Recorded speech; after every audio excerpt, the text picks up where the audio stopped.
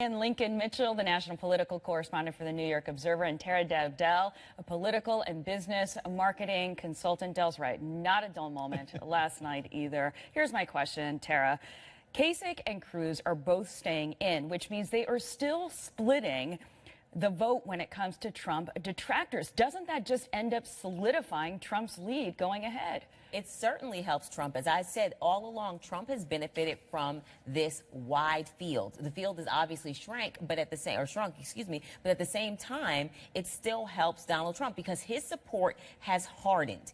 And and every time he's attacked, even if, which most of the time the attacks are more than fair, he is still, what it does is it rallies his supporters. It energizes them even more. And I think while it does attract some disaffected people, I think his ceiling with non-disaffected people might be reached. But with other disaffected people on the sidelines, I think the attacks on him empower them as well. Lincoln, does Kasich, though, really have a path? Because I'm thinking about New York, specifically New York City, used to Donald Trump, used to the bombast. So far, Trump's victories, if we look at them, have been in what some would call the NASCAR circuit, the Southern strategy of the past. Does Donald Trump have as much of a path forward in places like Pennsylvania, New Jersey, New York, as people might think?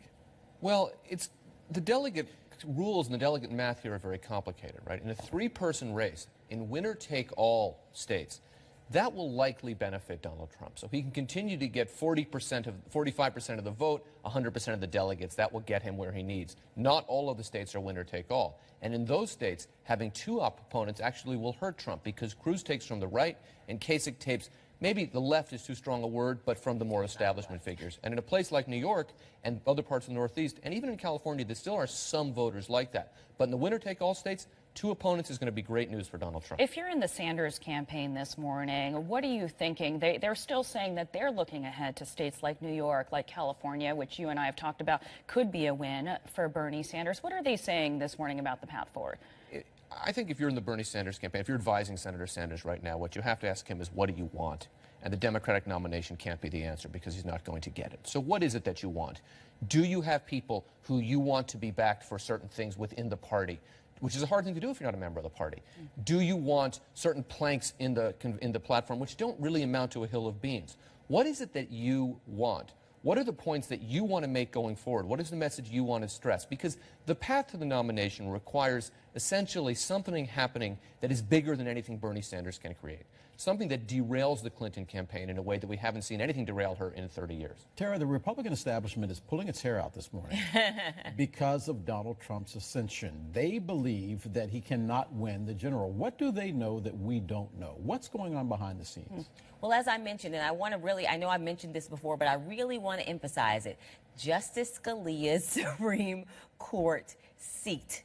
That is very important because if the Democrats retake the Senate, which is what the Republicans believe will happen with Donald Trump at the top of the ticket, that he will hurt Republicans and Ted Cruz, yes, and Ted Cruz, that he will hurt those running for Senate, sitting senators in those battleground states.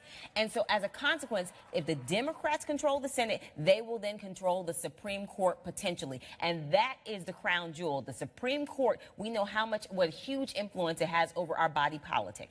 And so that is a big fear. That is the biggest fear. The House, they're far less concerned about. But they think, number one, Donald Trump has not really made a lot of efforts to be helpful to other members of the party, except those who he sees as supportive of him. It's not like he's out campaigning with people. He's not doing any of that. Donald Trump has demonstrated that Donald Trump is about Donald Trump, which is what we all knew, but we're seeing it on full display politically. That's a problem when you're running as a titular head of a party. That anti-establishment sentiment, is it isolated, to the Republican Party? Because it doesn't seem to be. Sanders seemed to be sort of the anti-establishment candidate, but the fact that Hillary has now solidified that lead in the Democrats, does that give us any insight into how this would look in a general, how strong that anti-establishment sentiment runs across the general electorate?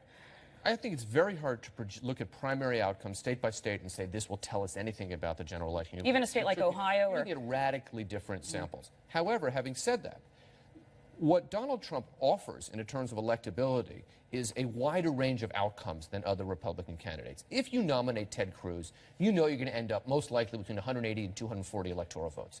If you nominate, I don't know, Marco Rubio, he's not going to be nominated, but John Kasich, one of the more electables, maybe you're saying, you know, we could end up between 230 and 300 electoral votes and possibly win.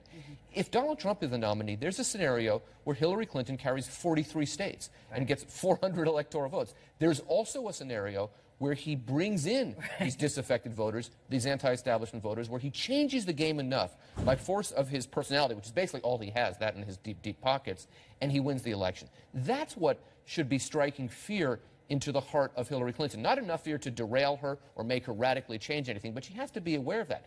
But that's also what strikes fear in the heart of the Republican establishment, because as Tara points out, losing the Senate badly is pretty bad for the Republicans, but electing this guy is not great for the Republicans either. Lincoln Mitchell, Tara Dowdell, thanks for being with us. And by the way, we're going to be checking back with this conversation throughout the morning as all of the things develop, because one of the things developing is in just a few hours, the president, as we have